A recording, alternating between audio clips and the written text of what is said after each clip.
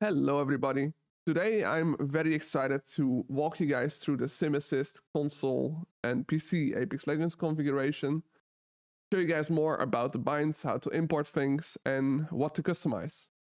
Just as a heads up, this is going to be a bit of a longer video, so if you're watching on the forums, feel free to pause whenever you need to, but please watch the entire video so you know exactly what is going on. First things first, what I would like you guys to do is go over to the three dots at the top, whether you're on the mobile phone or on the computer, and create 5 Apex Legends ALC or Classic configs. It doesn't really matter whether you pick ALC or Classic. I believe I'm using Classic, but ALC works as well. Once you have done so, go to the forums, copy the codes, and head over to the little pencil here at the top. Click on paste and paste it as full config. Mine is already pasted. The only change that I've done here is I've changed this to mouse, keyboard, controller. If you are on a PC, you can keep it like this. If you are on the console, let's say you're on the PS5, you will change this to the PS5 and then log in down here with your PlayStation account. If you are on the Xbox Series X or Xbox or PS4, then you can go over here. Make sure you put the update rate to 1000. Let's really quickly go back over to mouse, keyboard, controller, and let me walk you guys through the settings. This config is set to 800 DPI. That's the DPI I play on and I prefer to play on. So, of course, I would recommend you play with this, but if you're playing a different DPI, that's no problem. Convert it and try to play with the sensitivity. First of all, on the sensitivity side, we're using a smoothing of 15, a sense of 2100. This seems very high, and the higher, the slower your sense is, and the lower, the faster your sense is. But we're using Matatutis, I don't really know how to pronounce it, curve, which is very nice for a very native and natural mouse feel. As a quick heads up, I am having the flu while recording this, so if you guys hear the occasional noises, coughing or whatever, then that's because of the flu, but I'm trying to do as less of editing as possible. On the ADS side, we're using 37.5. Let's say you're playing at 1800 DPI, 1600 DPI, or 3200 DPI, and this feels too slow. You can, for example, change this to 19.5 or 22.5. Try to play around with what feels nice for you. Again, if you're wondering about the Y scale, the Y scale basically handles your up and down speed, so the speed at which your aim moves up and down. I figured out that 125 is pretty much perfect for what I'm trying to do, but you can play with this, just go in game, move your mouse up and down, both on the ADS and the hip, and play around with what feels nice for you. In general, I advise you to have either a little bit faster Y, so it's easier to track up and down movement, or make it about the same as your horizontal. On the curve, we're using my own curve. It's a slightly adjusted linear curve. This is great for aim assist while still keeping the same linear feeling. Moving over to the binds, I will go over to these one by one, but I'm going to start at the bottom, and then we'll walk you guys through the recalls. Just to make it down quickly, and I really advise you guys to watch this settings and aim guide, which will explain the in-game settings as well as how to aim with the config to get the most out of it, both for competitive play and normal play. But right up here we see aim is bound to LS. Do not change this. If you change this, it will either not work, or your binds will seem inverted, or things will work differently. So make sure you keep this the same. Do not change this, because we're playing with Southpaw in game, so do not change this. Down here at the WASD, you also see RS. Do not change this. Unless you're playing with an Ezran or something else, do not change this bind. Now we're going to go over to the binds, and I'm going to walk you guys through everything. Here at the top, we've gotten the left mouse button with RT. And it has gotten a little thing, a little group that says AAB, and it's enabling the AA boost, the aim assisted boost, or yeah, whatever you want to call it. Right then, we've gotten a flatline anti-recoil, a fold anti-recoil, an RE45 anti-recoil, and a rapid fire anti-recoil. Very important here is that the flatline, the fold, the RE45, and the rapid fire are all trained based off aim assist. So they're going to be the best when aim assist is active, but they're going to be weaker whenever you're not aiming at something. So pretend, you're aiming at a target in the range. That's not a dummy, but the blue targets. Your aim will move down, but the moment you're aiming at the dummies and firing at them, it will be a straight laser. I've considered this to be the best thing, and all of these recoils are trained by Molly, Tropic Thunder. More about that soon. The only thing I will say is if you're using this config because you're interested in having no recoils, but you do not want to pay for the CV, which is not mine, I'm just using it with this config. I will tell more about it in a bit, but to closely break it down, I'm using the automatic CV script for the KMBox or Titan 2 by Tropic Thunder. And what this does is basically it will automatically recognize if I have the flatline equipped, the fold, the RE45, or a rapid fire weapon. And it will automatically enable those things, both on console and PC. The only thing on console, it will require you to have a capture card that is capable of doing at least 120 Hz in 1440p, 120 Hz in 1080p, or 120 Hz in 4K, depending on the monitor you're playing on. If you're playing at 60 FPS and you're not planning on upgrading, you can go with a cheap capture card of about $30 and you're good. The script itself costs, I believe, about $50, and that's it.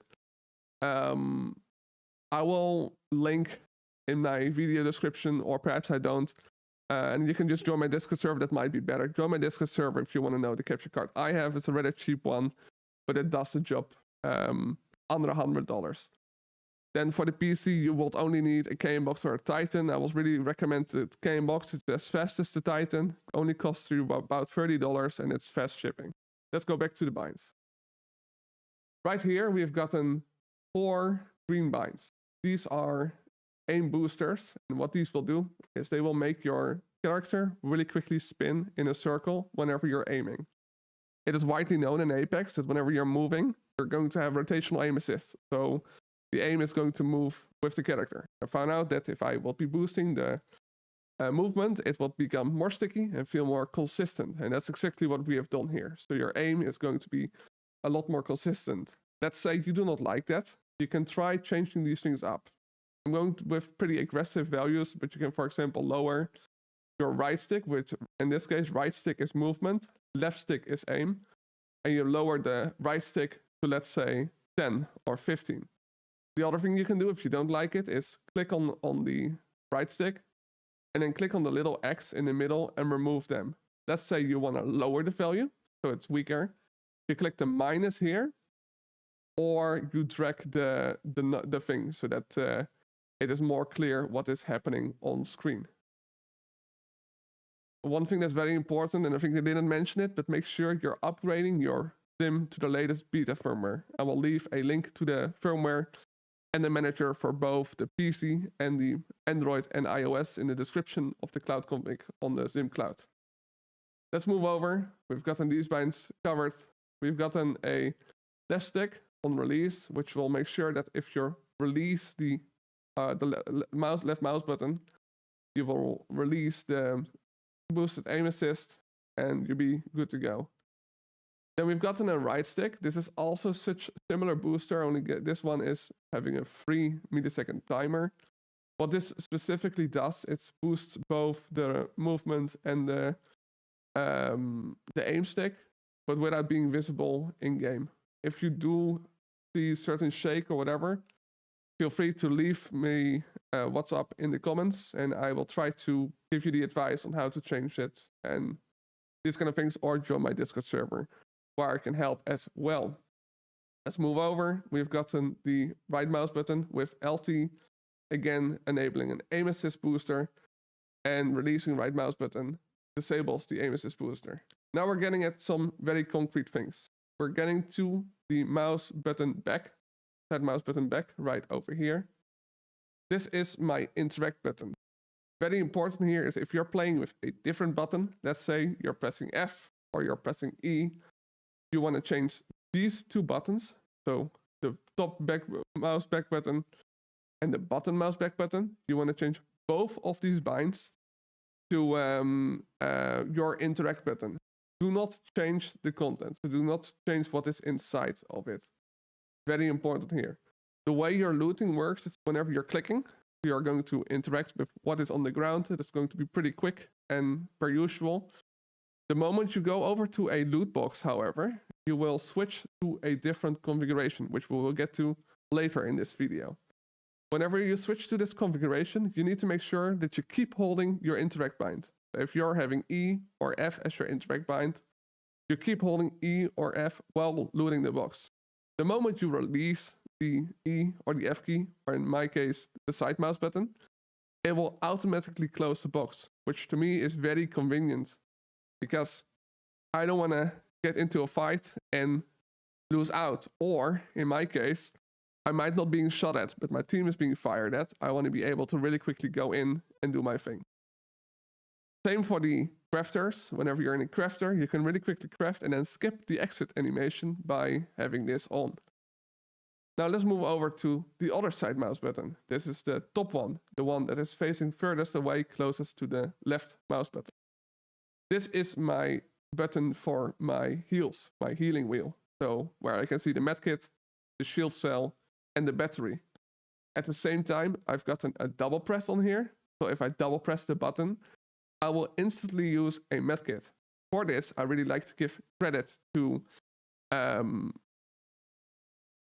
I've got to think here for a second, but I want to give credit to Suzuki Aim, who made an amazing configuration that has this inside of it, and it's something that I really like to use and deemed very useful.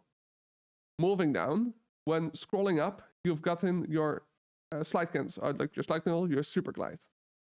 Again here, your super glide will enable an aim assist booster, and when you're done scrolling, it will disable it. This makes sure that if you super glide, you've got an aim assist active.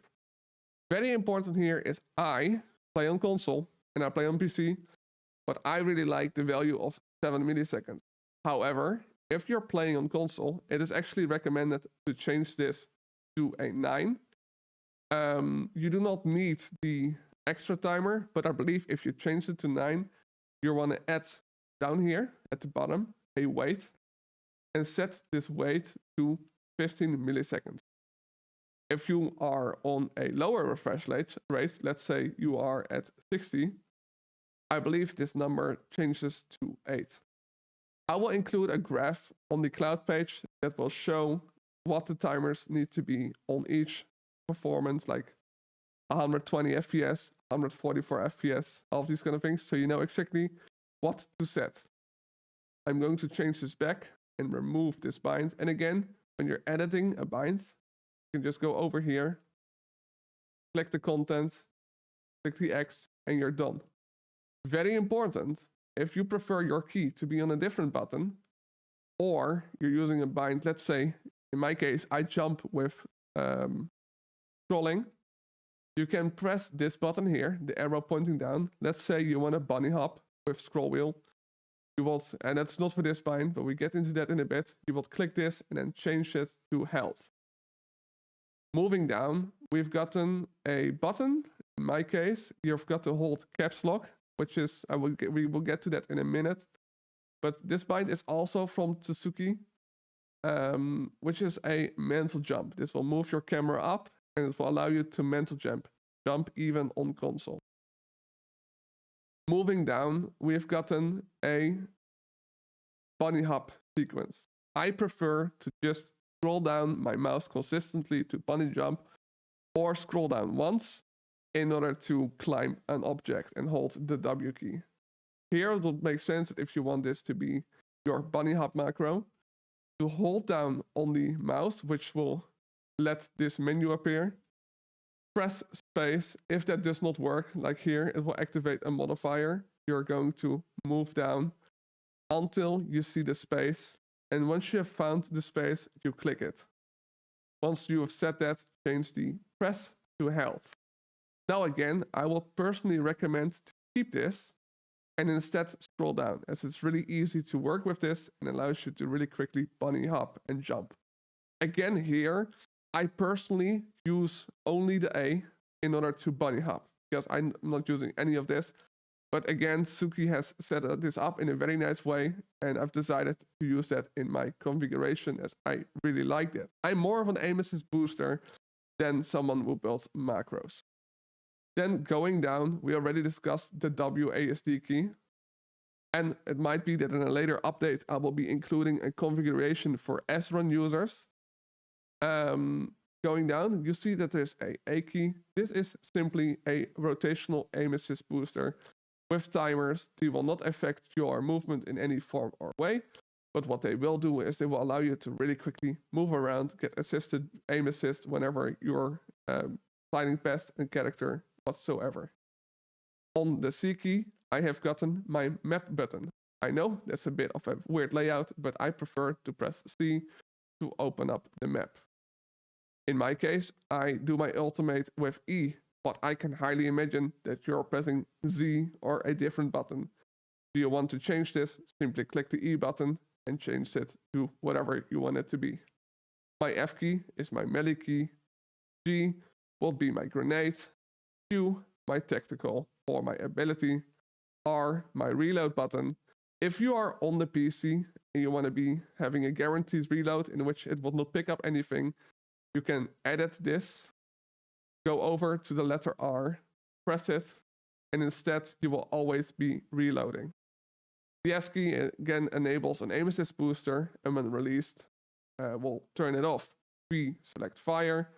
This one is very important. The W key in this case is an aim assist booster, but it also has a movement thing that will try to keep moving up.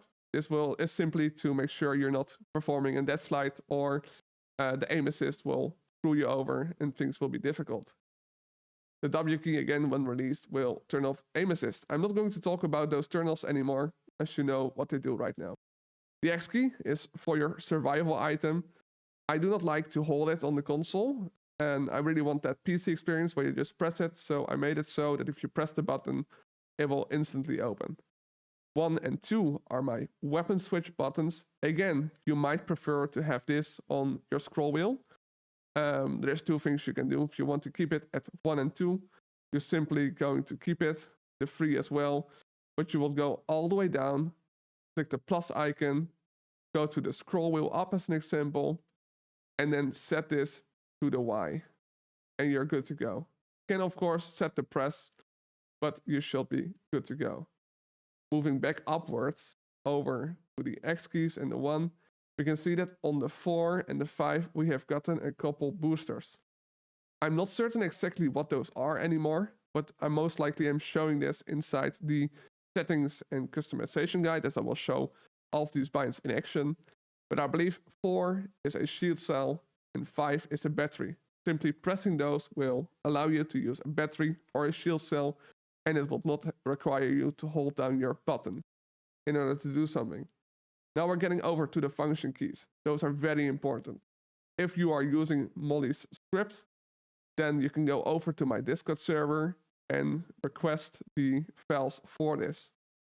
If you're not using Molly's script, you instead want to press the keys, it's very important that you remember all of these binds and what function keys to press in order to load a config with different binds. In this case, F1 is always rapid fire in every single configuration. F2 is the RE45, F3 the flatline, F4 the fold. Pressing these binds will enable the fold, but let's say you switch to a different weapon, you will also have to press the recall of that different button. And again, when you switch, you press the other thing, which is why I really like to have the automatic recalls.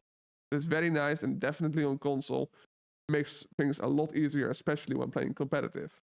F5 disables all, but I prefer to have this disabled. If you are using Molly CV, you're going to, and you want to use this, you're going to go in here, and you're going to turn this in active. Again, very important, the entire configuration is free. The script is paid, it's not owned by me, But if you need any help with that, such as the files, or you would like to know how to enable certain things or set it up, just send me a message and it will help you for free out to set that up. However, Molly will help you set up the TV and these kind of things. Moving down, the dot, you do not touch this. This is just a simple dot. This is for AA boost. Whenever you're going to press the button, if I, for example, disable this and press the W key, you can see it turns active. And any button does so, but if I release, it goes inactive. Do not touch this, play with it, you will mess up the config. Very important here, we've gotten the reverse quote. This is the button right below the escape key, right above the tab key, and left of the 1 key. If your keyboard does not have this button, but you have an F1 key or something different, change it. This is the button for upgrades. The simple way it works is you press the button and hold it down, which will open up the upgrade. Then you use your mouse, move it left or right to select the upgrade that you want, and then simply release the key and it will select the upgrade. No need to press the left mouse button to jump or whatever. Down below that, we've gotten the ping button. Again, if you have changed the scroll wheel, which I showed up a little bit earlier, to, for example, the spacebar, you're going to have a space with RB and a space with the A buttons. And in this case, we're going to change this space to your ping button. This might be scroll wheel or whatsoever. Make sure to always click the icon on the left, space, and change it to the bind you want to change it to. If you, however, opened up the bind, just go in it, hold down the mouse on the icon at the top, and select the bind. Moving down, the tab key and the escape key have been properly configured to directly open up the cursor mode, which we will get to in a little bit. But what this essentially does is you press the tab key, the inventory key, you will always be able to have cursor mode. In order to open the menu, just like on a normal console or a controller, you have to hold down the option key on the controller, or in this case, escape, and you're good to go.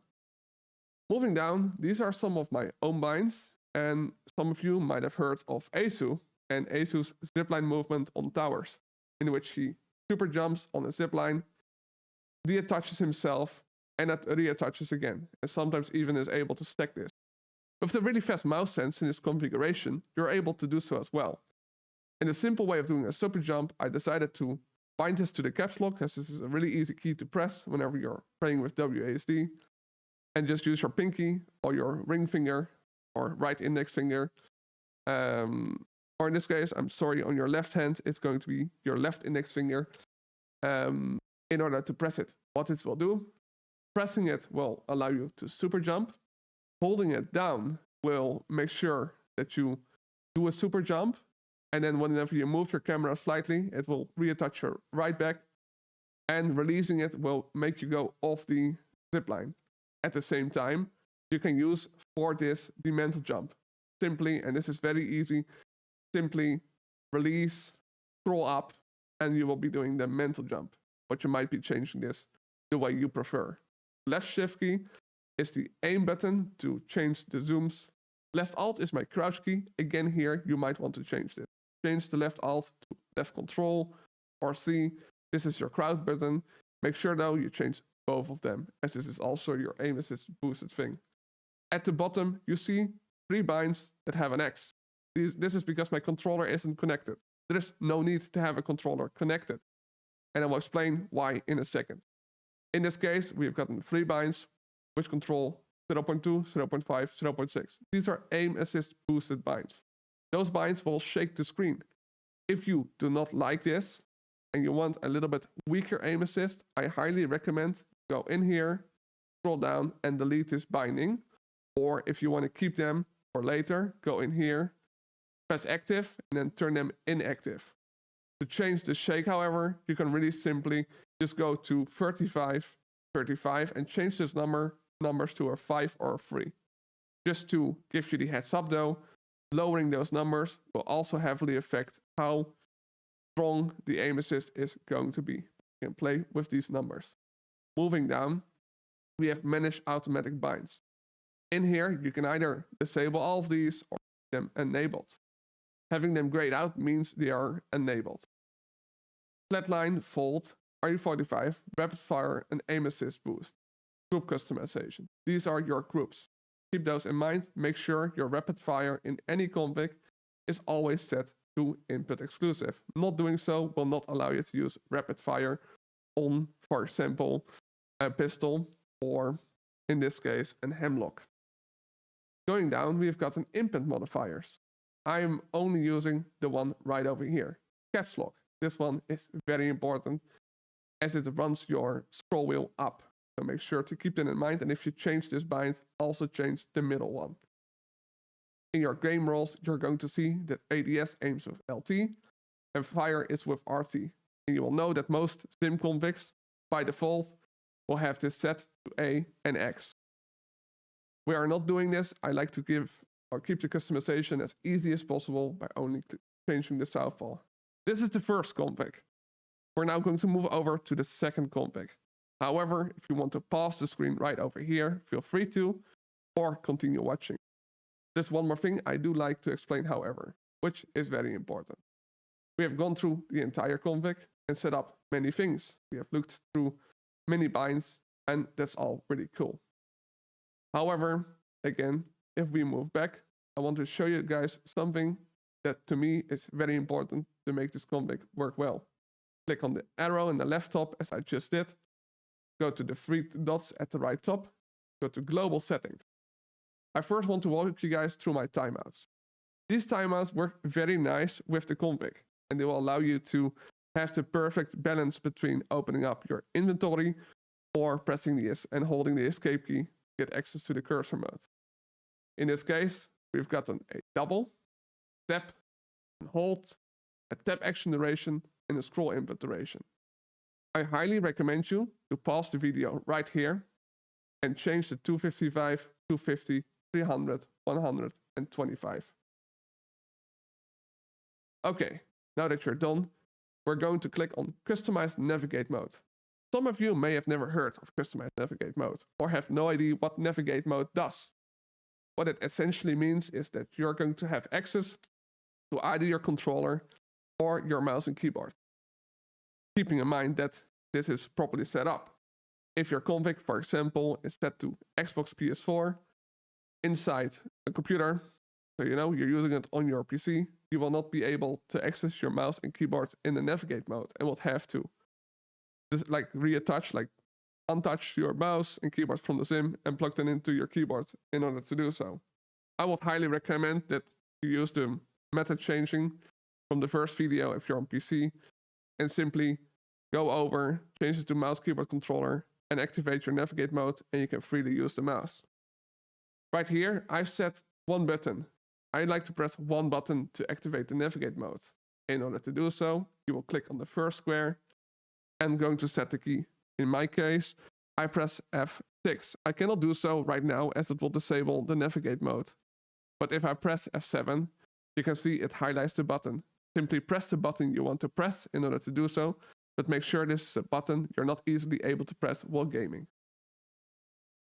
Do that for the second button as well, and make sure Activate at Startup is enabled. If you, however, are playing with a gamepad connected to port 3, then also make sure you enable Gamepad Auto Activate. The mouse speed multiplier is what affects your mouse, how does it function or whatever. And one very last, very important thing is turn on Navigate Only hotkey load. This means that only when the navigate mode is active and you press a button, the config will switch. Some configs may require you to press a button to load it. I do not want that to happen whenever I'm in game. So I've changed it like this. Going back to the start. Very important here is your config order. If I go to Manage Configs and you have imported all the configs, you're going to see that your Apex config is going to be at 1, 2, 3, 4, 5, and 6, and 5. In this case, we've gotten the hashtags which will show config 1, config 2, config 3, config 4, config 5. If you have imported all of these configurations, make sure you have done so. However, you might be confused on what to select. And as I've explained on the cloud config page, you're going to make a new config. You're going to set it as Xbox Series X and then set the input thing later. Moving back over to the arrow at the left top, we're going to load the second configuration. From now on, the only thing I'm going to talk about is the recalls that you may have to remember. Loading config 2. In config 2, everything is the exact same as in config 1, only it is using different binds. Spitfire, car, alternator, and R99. Moving all the way down to the function keys, you can see that F1 presses the car, F2 alternator, F3 99, F4 Spitfire. The F5 key will be disabled. If you do want to use that, enable it. This is only necessary if you're using the CV method. Again here, F8 will load config 1, so if you want to use any of the keys in config 1, you will press F8. If you want to load config 3, you press F10. If you want to load config 4, you will press F11. Go to the cursor mode, you press F12. This is on a toggle mode.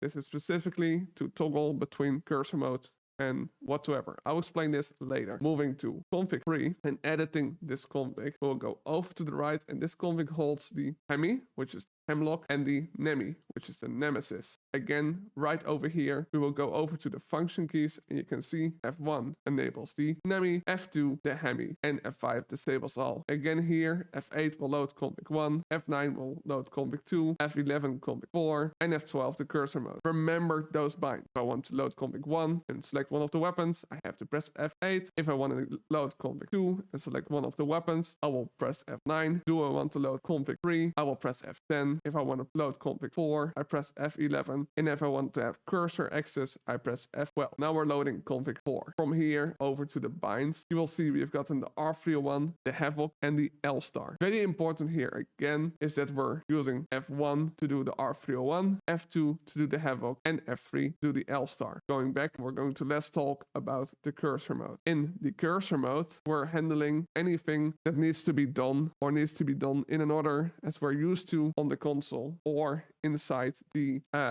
menus. Your left mouse button will be A in order to select. Your right mouse button will be X in order to change. Your side mouse buttons and things will be set up to the way I've got my config set up. So again here, change these to your preferred binds. You can see that releasing the side mouse button back will disable the configuration.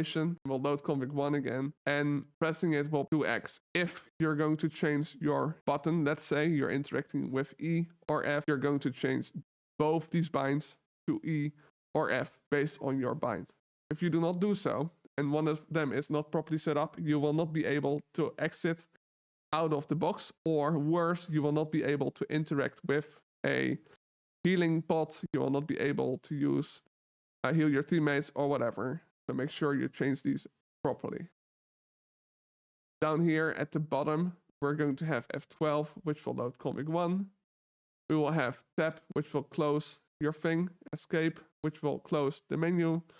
And then very important here, left alt will allow you to exit out of the config. Again, change this to your button, your crouch key. If your crouch key is control, change it to left control. If it is C, change it to C. Keep the other button right here, this one, change it to left alt, or keep it at the reverse quote if you have it available. It's the button above below the escape key, above the tab key, and left of the 1 key, the number 1 key. Going from there, you're going to be all set. The last thing I would like to talk with you guys about is the setup for the console and the PC. I know a lot of people, they will, connect their sim to their console and they will be playing, which is perfect. I figured out, however, that if you're playing on the PS5 or at the Xbox Series X, there's no worries with having your sim connected to the PC, or at least this goes for the PS5. If you're playing on the console, you're still on the Xbox or the PS4, you still want to have your sim connected to your console. But on the PS5, and if you're editing or changing your config at the PC, you can simply keep it slotted in to your computer. Very important, if you're using the KM box, you're going to have the screen of the KM box facing your way. You're going to make sure that top where You can feel the, like some sort of entrance. You're going to keep that your way. On the left, you've gotten 2 USB sticks. One of them is going to slot into your PC. One of them is going to slot into your console. All of this is explained by Molly whenever you do decide to purchase the script. Again, this is something that I'm not having any influence on. I'm not making any money of it. It is simply something I'm using in a way I do for handling automatic anti-recall. Last, I want to talk with you guys about additional support. As I already mentioned, you can use the description of the video, like the comment section, in order to point out problems. This is great as it helps out the video grow. The more comments, the better.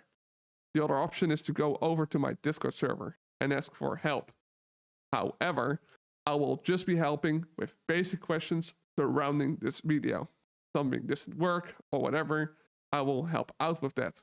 If there, however, is different questions on how to change certain things, how to do certain things, or whatsoever, you will have to go to my Discord server and go over to the one-on-one help channel. In this channel, I described that you pay $30, you will have access to a Get Help section.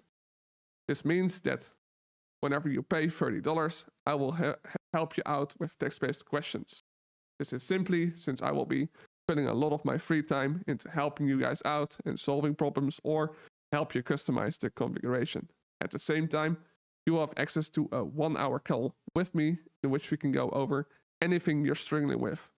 Whether this be your XIM, whether this be help with your current configuration, or if you need any form of help with your setup or customization.